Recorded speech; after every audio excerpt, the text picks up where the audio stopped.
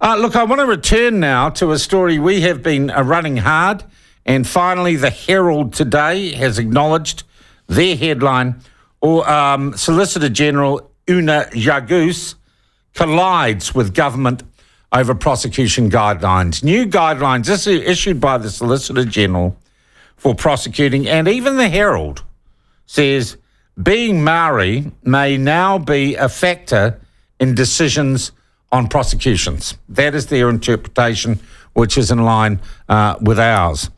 Now, we have talked about this amongst ourselves. We have had David Seymour talking about it, and I think you people are generally aghast at what the Solicitor General has done. And indeed, I believe that the Attorney General, Judith Collins, who's overseas at present, is also aghast. But I want to check. I wanted to cast our net a bit wider.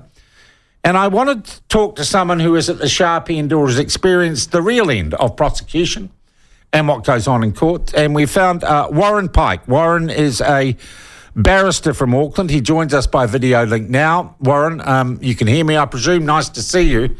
Can you first just give us the beginner's guide to Warren Pyke and your involvement in prosecutions in our court system? Yes, good morning, Sean. I can hear you, although I can see you. I've been a barrister for over 30 years, and I stood in a commercial firm and then decided I wanted to get into court. So I did a lot of crime in the first 20 years or so of my practice, including in areas where Maori were particularly prevalent as defendants.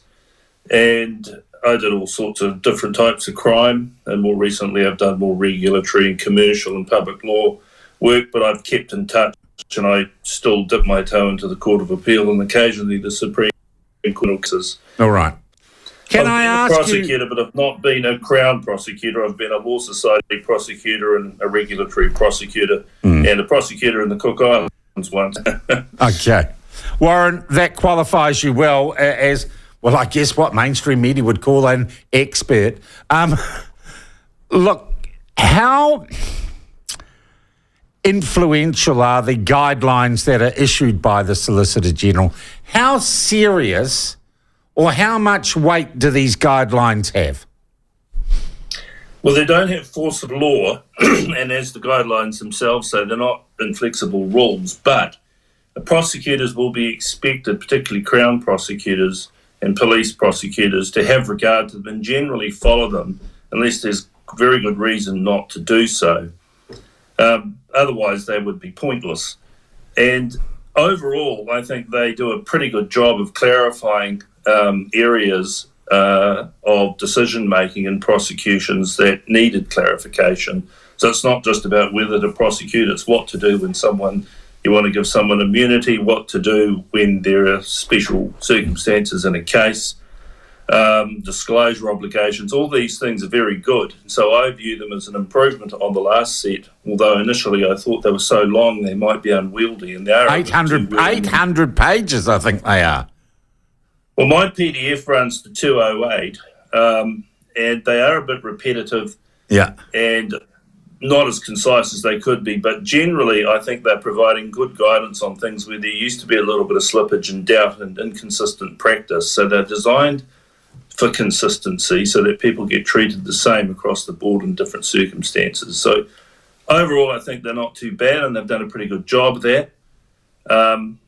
But I know that's not what you really want to talk about. Well, I do want to put the discussion we're having in context, and that, I think, is an important context for the layperson to be aware of, that there are reasons that we have these guidelines, and they do, in fact, well and purely applied, lead to a better justice system, which we all want, and a more efficient justice system and a fairer justice system. And I guess the word fair, I said on Monday when we kicked this story off, you know, every statue you see of justice, she is blind. She's got a blindfold on, and she holds the scale of justice. But these references to the ethnicity, to the race of people, be they victims or be they alleged perpetrators in our justice system, would seem to me to take the blindfold off and say our justice system will not be blind and impartial.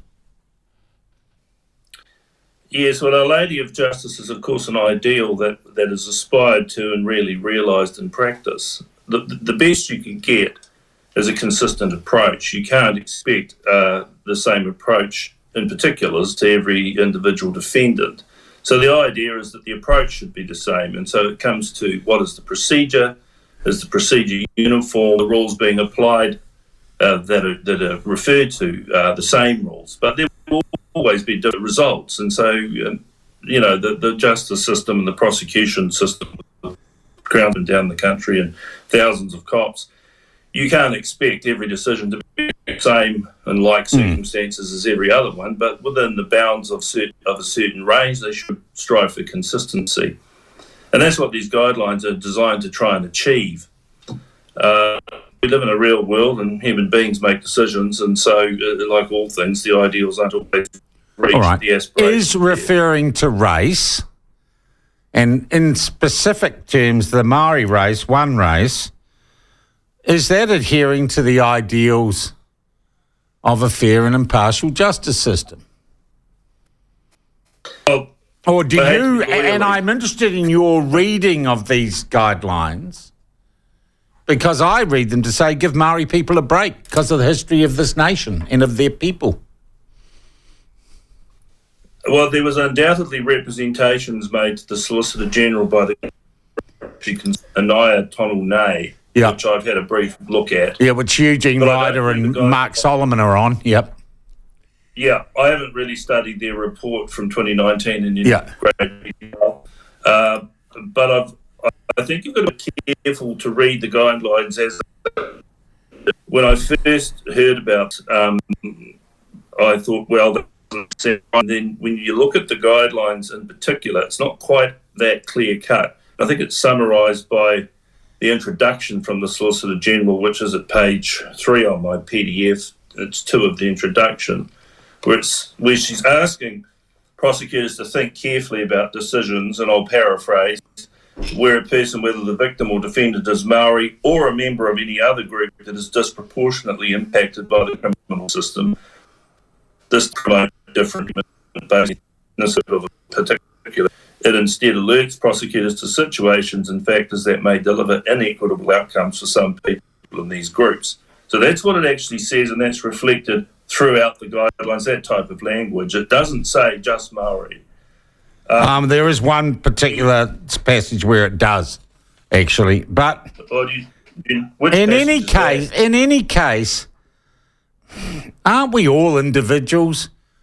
Aren't we all in the context of the history of this nation? I just wonder why it had to be spelt out by Una Jagoose. And I also wonder if sentencing isn't where those considerations should be taken, rather than whether or not one is to proceed with a prosecution or how one proceeds with a prosecution.